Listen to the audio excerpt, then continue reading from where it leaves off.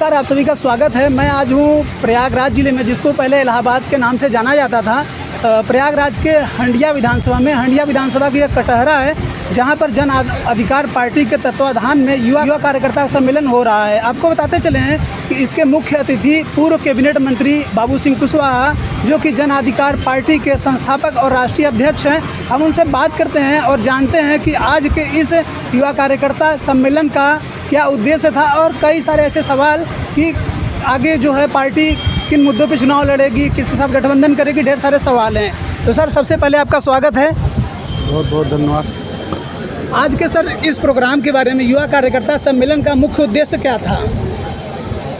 आज के कार्यक्रम का जो मुख्य उद्देश्य है कि जो हमारा यूथ है, जिसके कंधों पर देश का भविष्य है, वो जागरूक हों, अपने अधिकारों के बारे में जानें, बाबा साहब ने जो संविधान लिखा है उस संविधान के बारे में जानें, और जो संविधान के तहत उसने हक हिस्सा मिला है उसके बारे में जान करके अपने हक अधिकार की लड़ाई लड़ें, देश को आगे बढ़ाने में मदद करें। इन्हीं विचारों को लेकर के आज। सर, अभी आपके यहाँ पे बैनर भी लगा हुआ है और आपके उसमें लिखा हुआ है, बाबा साहब का मिशन अधूरा, बाबू सिंह कुशवाहा जी करेंगे पूरा।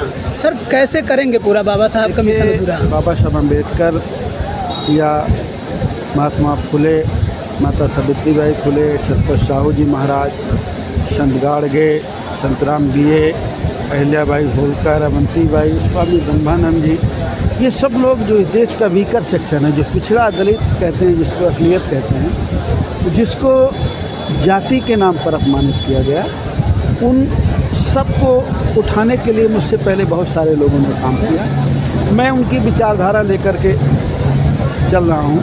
हमारे पार्टी की वही विचारधारा है। हम लोग चाहते हैं कि हम लोग मिल करके अपने वोट का एक जगह प्रयोग करें और गरीब और कमज़ोर की सरकार बनाएं। उस सरकार में जाने के बाद फिर वहाँ से हमारी समस्याओं का समाधान हो सकता है। जो बाबा साहब का मिशन अधूरा है, चंद्रशेखर आज़ाद जी भी यही बोलते हैं बात, मायावती जी भी यही बोलती हैं, आपकी पार्टी भी यही बोल रही है। मैं ये नहीं कह रहा हूँ कि कौन क्या बोल रहा। हमारी ये कोशिश है कि जो महापुरुष बाबा साहब अम्बेडकर रहे हों या और जितने महापुरुष रहे हों, उनके हम लोग दिखाए गए रास्ते में चलने की कोशिश कर रहे हैं। और हमारी कोशिश है कि जो उन्होंने हमें रास्ता दिखाया, पूरा तो नहीं हम उनका कर पाएंगे, लेकिन जितना हम कर सकते हैं उतना हम करें, उस रास्ते पर चलें। अच्छा सर, एक सवाल और ये कि केंद्र सरकार के द्वारा एक योजना अभी लाई जा रही है कि एक देश एक चुनाव, इस पर आप क्या कहना चाहेंगे?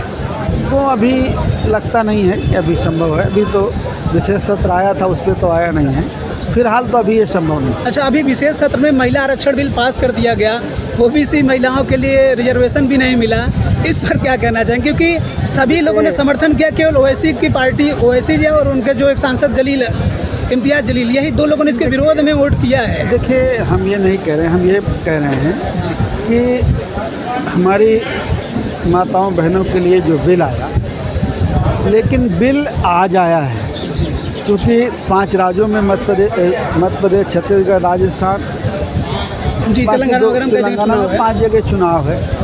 तो 23 में भी वोट चाहिए और 24 में लोकसभा का चुनाव है, उसमें भी वोट चाहिए।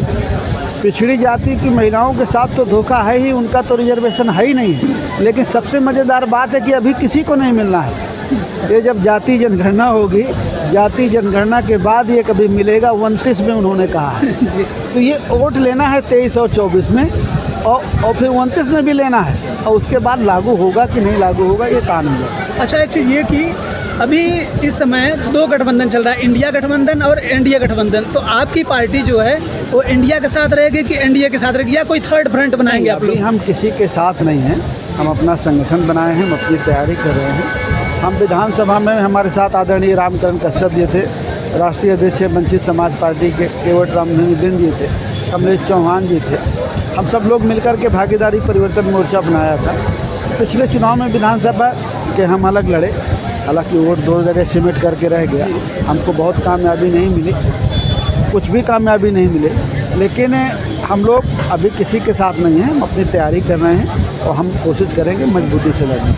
अभी आपने कहा कि 5 राज्यों में चुनाव होने वाला, जैसे एमपी, छत्तीसगढ़, राजस्थान, तेलंगाना वगैरह, तो आपकी पार्टी ये 2024 में और एमपी वगैरह में, एमपी में कितने सीटों पे चुनाव लड़ेगी और किसके साथ लड़ेगी? पिछली बार मध्य प्रदेश में हम लोगों ने, पिछली बार विधानसभा चुनाव में जन अधिकार पार्टी ने लगभग 60 नामांकन किए थे, जिसमें से 18-20 पर्चे खारिज हो गए थे। 42 कैंडिडेट थे हमारे, 42 कैंडिडेट। यूपी का जो बॉर्डर है, भिंड, मुरैना, ग्वालियर, दतिया, शिवपुर, शिवपुरी, टीकमगढ़, निवाड़ी, विदिशा, सागर, दमोह, पन्ना, छतरपुर, सतना, रीवा, सीधी, सिंगरौली, कटनी, जबलपुर, थोड़ा सा भोपाल में काम है 1 सीटों पे। तो हम लोग इतनी जगह काम कर रहे हो, 20-22 जिलों में, इन्हीं में हम लोग पूरी मजबूती से अपना चुनाव लड़ेंगे। सर एक लास्ट सवाल, अभी अमरोहा से सांसद हैं कुंवर दानिश अली और दक्षिण दिल्ली से एक सांसद हैं रमेश बिदुरी जी।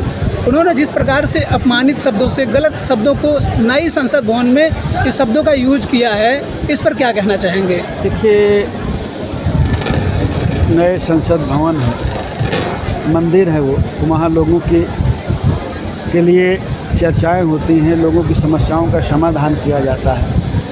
और उस मंदिर में बैठ के अगर कोई किसी को अपमानित करे तो ये बहुत गलत बात है, ऐसा नहीं होना चाहिए, हम उसकी निंदा करें।